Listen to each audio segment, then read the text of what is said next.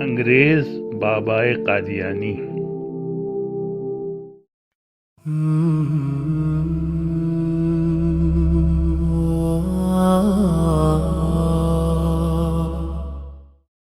اعوذ باللہ من الشیطان الرجیم، بسم اللہ الرحمن الرحیم۔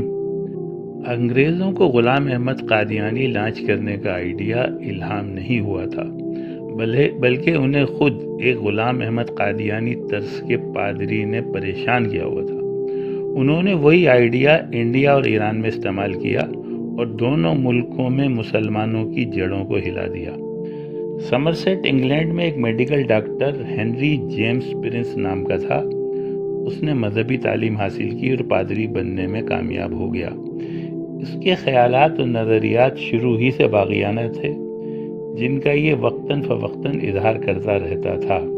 یہودیوں نے اس شخص کے لیے رقم فراہم کی اور اس نے اپنے نظریات بیان کرتے کرتے اپنے روح القدس یعنی ہولی اسپرٹ ہونے کا دعویٰ کر دیا۔ ہولی اسپرٹ یعنی خدا کا مظہر۔ خیال رہے بہائی مذہب کے سربراہ بہاءاللہ نے بھی اپنے اللہ کا مظہر ہونے کا دعویٰ کیا تھا۔ یہ وہ مرحلہ آ گیا جہاں چرچ آف انگلینڈ نے اسے پادری کے منصب سے ہٹا دیا اور چرچ سے نکال دیا۔ اس کے پاس یہودیوں کی فراہم کردہ فنڈنگ تھی۔ اس نے اسپیکسٹن کے علاقے میں ایک زمین لے کر اس پر ایک بڑی عمارت تعمیر کرائی۔ اس میں چیپل کے ساتھ ساتھ اپنے پیروکاروں کے لیے رہائش کا بھی انتظام کیا۔ ظاہر رہائش کے ساتھ کھانے پینے کا بھی مستقل انتظام تھا۔ ہنری جیمز پرنس کے مرنے کے بعد اس کے جانشین جان ہیوج اسمتھ پیکارڈ نے اس کی جگہ سنبھال لی۔ بعد ازاں اس نے مسیح ہونے کا دعویٰ کیا۔ پھر چرچ آف انگلینڈ اور حکومت برطانیہ نے ان لوگوں کے خلاف شکنجہ تنگ کیا اور آہستہ آہستہ ان لوگوں پر مختلف مقدمات قائم کر کے انہیں کنارے لگا دیا۔ اب ان کی بنائی ہوئی جگہ اولڈ ایج ہوم کے طور پر استعمال ہوتی ہے۔ غور طلب بات یہ ہے کہ ہنری جیمز پرنس 1811 عیسوی میں پیدا ہوا، بہاءاللہ 1817 عیسوی میں پیدا ہوا، غلام احمد قادیانی 1835 عیسوی میں پیدا ہوا۔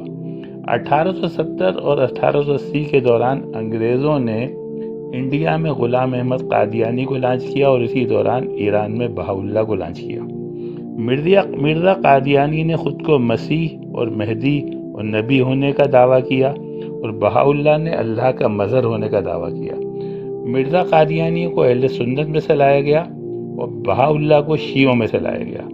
آج ان دونوں کے ہیڈ کوارٹر حائفہ اسرائیل میں ہیں اور دنیا بھر کے یہودیوں اور عیسائیوں کی فنڈنگ انہیں حاصل ہے۔ ہمارے دانشوروں میں سے ایک مرزا انجینئر صاحب کہتے ہیں کہ انہیں اہل کتاب کا درجہ ملنا چاہیے، اور دوسرے دانشور جاوید غامدی کہتے ہیں کہ یہ کافر نہیں ہیں، ان کے پیچھے نماز پڑھی جا سکتی ہے۔ معلوم نہیں فنڈنگ کہاں سے کہاں تک کام کر رہی ہے۔ عوام کو غور سے دیکھنا چاہیے۔ انگریزوں نے اپنے قادیانی بابا سے نجات حاصل کی، لیکن ہم پر جو قادیانی بابا مسلط کر دیے ہیں، ہماری جان ان سے اللہ کب چھڑائے گا؟ صدق اللہ العظیم۔